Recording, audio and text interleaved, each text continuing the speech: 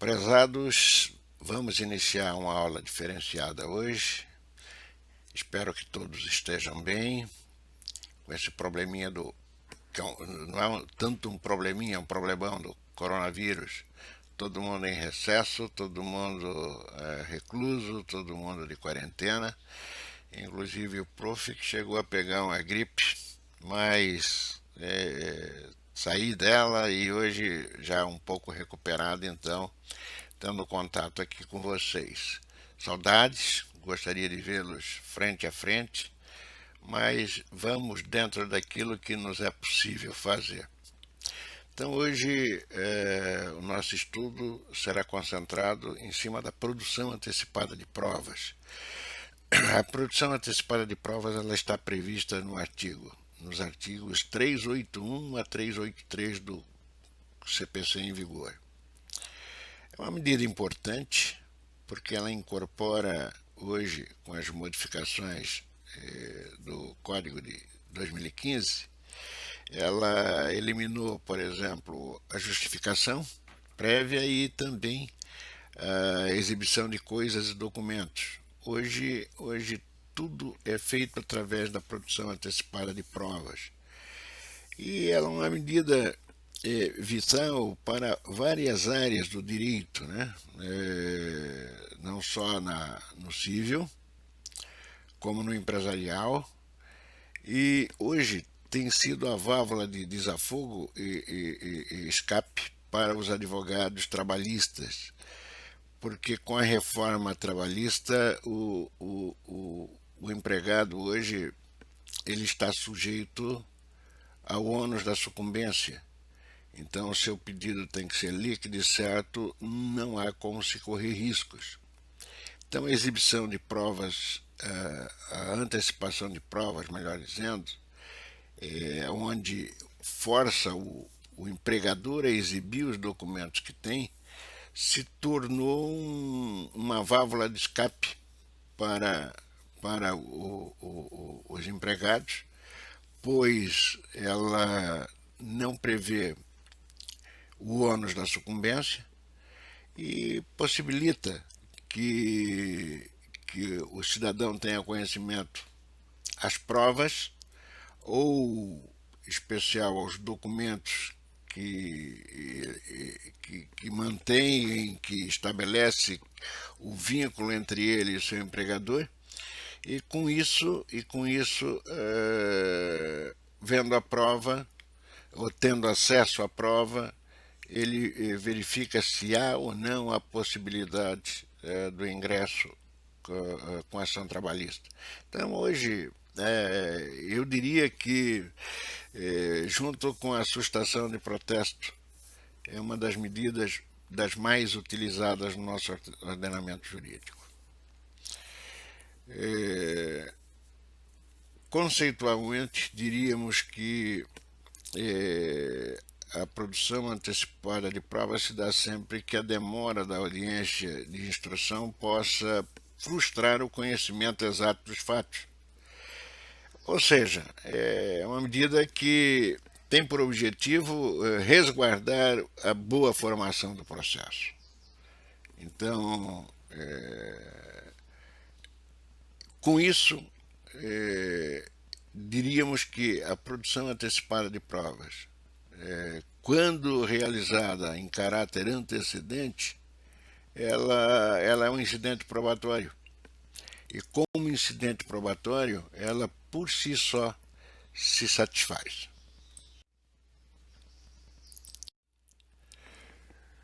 É óbvio que a lei estabelece regras e condições para que as provas elas possam vir a ser realizadas.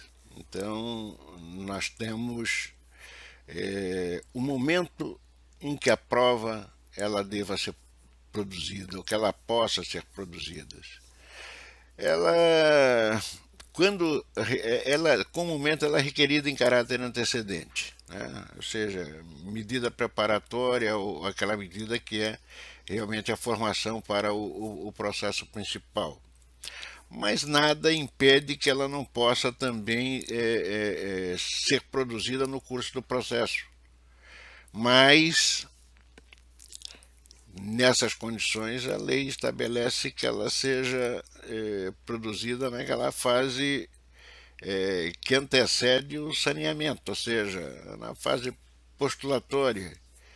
E nesses casos, ela tem por objetivo evitar o perecimento da prova.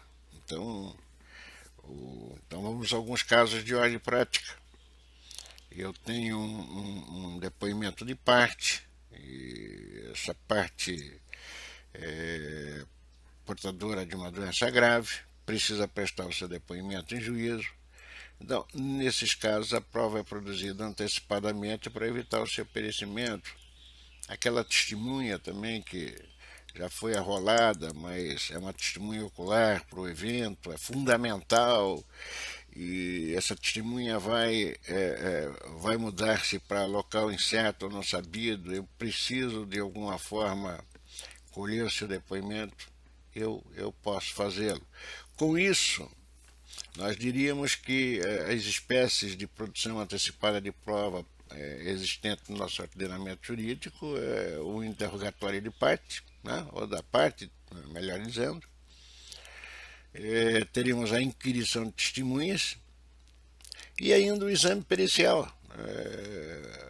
O exame pericial, inclusive, quando necessário, se precisar de remoção do documento da coisa, ele pode ser objeto, inclusive, de busca e apreensão, porque eu posso acumular a medida nesses casos com esse pedido. Porque para que justamente a prova ela não se deteriore, não desapareça ou coisa que valha. Um caso prático é até para exemplificar um pouco melhor, digamos, e as empresas estão fazendo isso, né, software, né, uma empresa que esteja utilizando algum programa de computador pirata e eu preciso verificar se há essa realidade, o que o detentor, o dono, o detentor dos direitos autorais faz? Ele entra com uma produção antecipada de provas, acumulado com pedido de busca e apreensão. Ou seja, verificada a irregularidade no computador do réu, faz a apreensão para que a perícia ela possa ser realizada de uma forma mais completa, mais eficaz. Então, mas nesses casos sempre, como eu disse, ela pode ser realizada, geralmente é realizada de forma antecedente. Né? Os pressupostos da produção antecipada de provas, sempre o periculum in mora e o fumus boni iuris, né? Então, o periculum in mora aqui se acentua muito porque eu preciso realmente produzir essa prova dentro de um determinado tempo, mas senão com o passar dele a prescrição pode vir e afetar o direito do autor. Como finalidade, o que eu quero, eu, autor, deixar a prova registrada para que ela possa influir numa futura solução de lide ou na futura solução do processo principal. Então eu quero. Agora, veja, para que a minha produção antecipada de prova possa ser acolhida pelo juiz, eu preciso deixar claro na minha petição inicial qual é a finalidade da mesma. Mesmo se tratando de um incidente probatório, ela quando em caráter antecedente, que é onde essa medida é importante, é onde ela mais aparece no nosso ordenamento jurídico, eu sou necessariamente, obrigatoriamente, eu vou ter que indicar qual a finalidade da prova. Se eu não deixar bem especificado isso na minha petição inicial, eu não vou lograr isso. É, a legitimidade, quando em caráter antecedente, pode ingressar com a produção antecipada de prova todos aqueles que detêm a legitimidade para o pedido principal. A petição inicial ela exige os mesmos requisitos do pedido comum, que é o artigo 319 do CPC, só que é uma figurinha aqui que ela tem o sistema legal apropriado, né? Está lá dentro. Não há como se esquecer do artigo 305, que fala do procedimento das tutelas provisórias de natureza cautelar em si, e essa é uma medida preventiva, é uma medida de natureza cautelar, não há como se esquecer. Tá? Então é importante seguir essa situação e mesmo sendo uma produção antecipada de provas, mesmo sendo acidente probatório, eu só deixo bem claro que existe a necessidade de se atribuir a causa um valor. Mesmo que esse valor ele não seja exatamente aquele do proveito que você possa querer ter lá na frente, até porque na produção antecipada de provas você vai ver se realmente você vai ter o direito de ação ou não. Você quer ver a prova, às vezes a prova que você tem conhecimento, ela não te serve para absolutamente nada. Então, não existe a obrigatoriedade de se ingressar com uma ação lá na frente. Por essa razão, aqui nesse caso, nós não temos a questão da eficácia. Não é? Porque, como falei no início, a prova por si só ela se satisfaz. Um outro dado muito importante e que se questiona muito, mas é a possibilidade de contestação. Então, se vocês observarem a disposição contida no parágrafo 1º do artigo 382 do CPC, reza que a parte será interessada para a parte interessada, melhor dizendo, será citada, né? E poderá querendo contestar. Né? Mas só que essa contestação ela tem força de mera oposição, sem qualquer efeito suspensivo. Porque você é citada para, na verdade, o réu é citado para apresentar as provas ou os documentos que estão sendo requisitados em forma de exibição para que o autor tenha conhecimento se aquilo que ele pediu tem fundamento ou não para instruir uma futura ação. Então a contestação aqui mas em hipótese alguma eu posso contestar? Não, vamos pedir uns documentos X. São aqueles documentos, vamos para a área trabalhista, que é onde está se utilizando muito isso, né? Pediu recibo de pagamento, controle de jornada, que são os cartões pontos, e livros de ocorrência, que geralmente se utiliza em empresas que fazem portaria, né? Recepção em prédios, empresas, e se costuma ter uma jornada paralela, anotações nesses livros que demonstram que a jornada às vezes ela é extrapolada. Só que o que acontece? Esse livro ele não é obrigatório. Algumas empresas o destroem a cada 30 dias, porque anotam, resolvem a ocorrência, está solucionado o problema.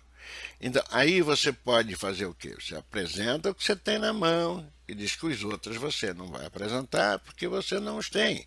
Eles foram destruídos, eles não se tratam de documento legal do qual você precisa ficar com ele arquivado. A mesma regra, digamos, numa produção antecipada de prova de verificação de utilização de software pirateado no teu programa de computador. Chega, faz a verificação, constatado que realmente a empresa ou o réu não utiliza programa pirateado, você no prazo legal vai contestar dizendo, olha, não teve, por isso, a medida foi assim assado, porque a partir daquele momento a prova acaba se constituindo um fato a teu favor. Tá? Então é isso. Então, só para entender que a contestação aqui ela não tem qualquer efeito suspensivo. É apenas uma mera oposição. Como também não cabe recurso. Qualquer questão de prova futura a respeito desse quadro e dessa situação é uma mera coincidência. Entenderam? A sentença, aqui temos sentença. A produção antecipada de provas, quando em caráter antecedente, ela tem sentença. Só que é uma sentença diferenciada também. Ela é homologatória, pura e simples. O juiz não se pronuncia sobre os fatos, ele limita-se a atestar a regularidade formal do ato, ou seja, se a prova foi ou não produzida na forma da lei. Vamos destacar também a destinação da prova. Né? Os autos, eles permanecerão em cartório pelo prazo de um mês, repito, para extração de cópias e certidões pelas partes interessadas. Artigo 383 do CPC. Fim do prazo, os autos serão entregues ao autor da medida, conforme também disposição contida no parágrafo 1º do mesmo artigo já antes citado, 383 do CPC.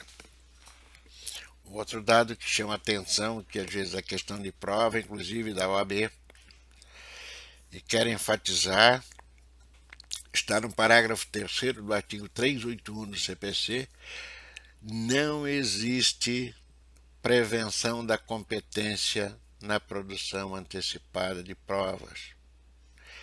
Então, é uma regra. Produzida a prova, você vai produzir a atuação, teu processo principal, no juízo que for designado competente para a ação principal. Não existe a obrigatoriedade da distribuição futura por dependência para a mesma vara em que ocorreu a produção antecipada de provas.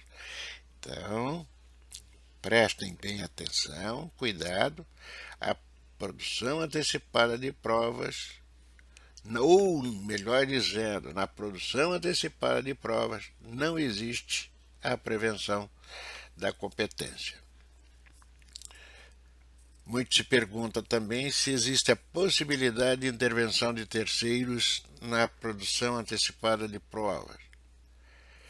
O único caso é possível, na forma dos artigos 125 a 129 do CPC, quando o requerido pretender o direito de regresso, ele deve produzir, então, ou ingressar com a denunciação da lide. Então, é a única medida cabível como intervenção de terceiros na produção antecipada de provas. Eu vou deixar aqui, sobre essa medida, já uma atividadezinha para vocês, né? E a atividade ela é simples. O que eu quero? E vocês vão, não precisam pegar uma cópia inteira da sentença, não. O que eu quero é que vocês me verifiquem em primeiro grau uma produção antecipada de provas. Pode ser inclusive da área trabalhista, não precisa ser só do civil, não. Eu quero só o número do processo, uma transcrição da sentença, né? E quero a sua opinião, fazendo um elo comparatório, um traço de comparação entre essa sentença e a sentença prolatada num processo comum. Ok? Por hoje é só, gente. Um forte abraço e até a próxima.